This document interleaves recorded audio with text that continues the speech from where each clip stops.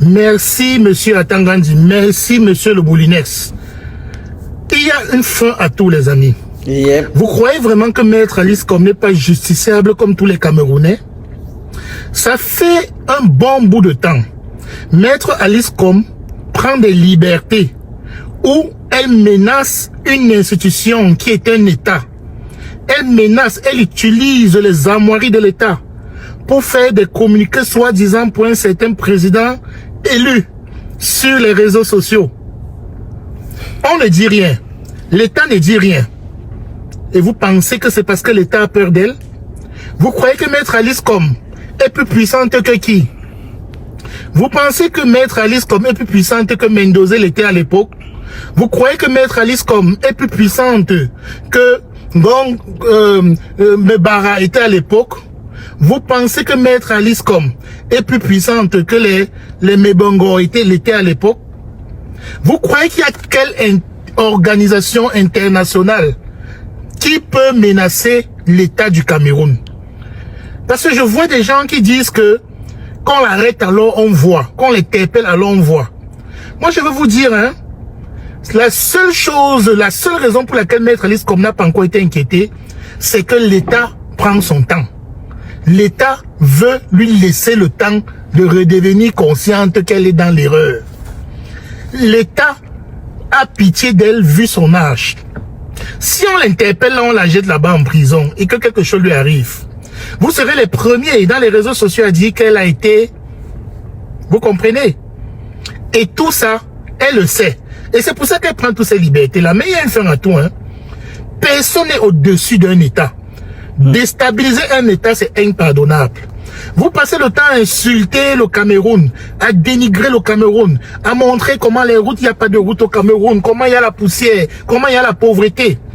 Vous avez déjà vu un Chinois faire ça sur la Chine? Vous pensez qu'en Chine, il n'y a pas des lobbies? Vous avez déjà vu un Américain faire ça sur l'Amérique? Vous avez déjà vu un Indien qui parmi vous l'a déjà mis les pieds en Inde? Vous connaissez le nombre de sous-quartiers qu'il y a en Inde? Il n'y a rien au Cameroun qui vaut ce que moi j'ai déjà vu en Inde. Mais vous avez déjà vu un Indien prendre son téléphone, mettre la caméra et se mettre à insulter l'Inde, à montrer la saleté, à montrer ceci, cela? Vous avez déjà vu un Russe faire ça pour la Russie? Vous avez déjà vu un Burkinabé, revenons en Afrique, faire ça pour le Burkina Faso? Vous avez déjà vu un Ivoirien faire ça pour la Côte d'Ivoire? Comme on est à part. On dirait qu'on a créé les réseaux sociaux pour les Camerounais. C'est le continent. Vous êtes stupide ou quoi? Je vous dis, et je demande personnellement au président de la République, à monsieur le Moulinex et à tous ceux qui peuvent passer le message au président de la République de durcir la loi sur l'utilisation des réseaux sociaux par les Camerounais. Parce que vous là, on dirait que les réseaux sociaux étaient créés par vous. Vous pensez que c'est le fait de salir un pays, dénigrer, de montrer que ce qui est mauvais qui va faire le pays avancer? Vous, quand vous avez les problèmes chez vous, est-ce que vous sortez à l'extérieur exposer tous vos problèmes à vos voisins? N'est-ce pas? Quand vous vous disputez avec vos femmes à la maison, vous cachez ça chez vous. Et il y a même cet adage qui dit que le linge, ça se lave en famille. Pourquoi vous pensez donc que vous allez partir filmer les routes cassées au Cameroun? Vous allez partir filmer les problèmes, les défauts qu'il y a au Cameroun et passer le temps à dénigrer, salir votre pays comme ça? Vous faites ça parce que vous êtes là-bas au Cameroun. Nous qui sommes ici à l'extérieur, ça a un impact direct sur nous. Parce que l'image que les gens, l'image que les étrangers, moi je suis par exemple aux États-Unis, l'image que mes collègues, quand ils tapent les réseaux sociaux et qu'ils voient ce que vous dites sur le Cameroun, l'image que ça leur envoie me fait honte. Ça fait que je perds de la valeur devant eux. Est-ce que vous savez ça? Ça ne se fait pas comme ça, je suis désolé. Maître Alice Kom, enfin, monsieur Atangandi a pris la parole. Et ce n'est que le début. Après, ça sera le passage à l'acte. Et on va t'interpeller. Faut arrêter ça.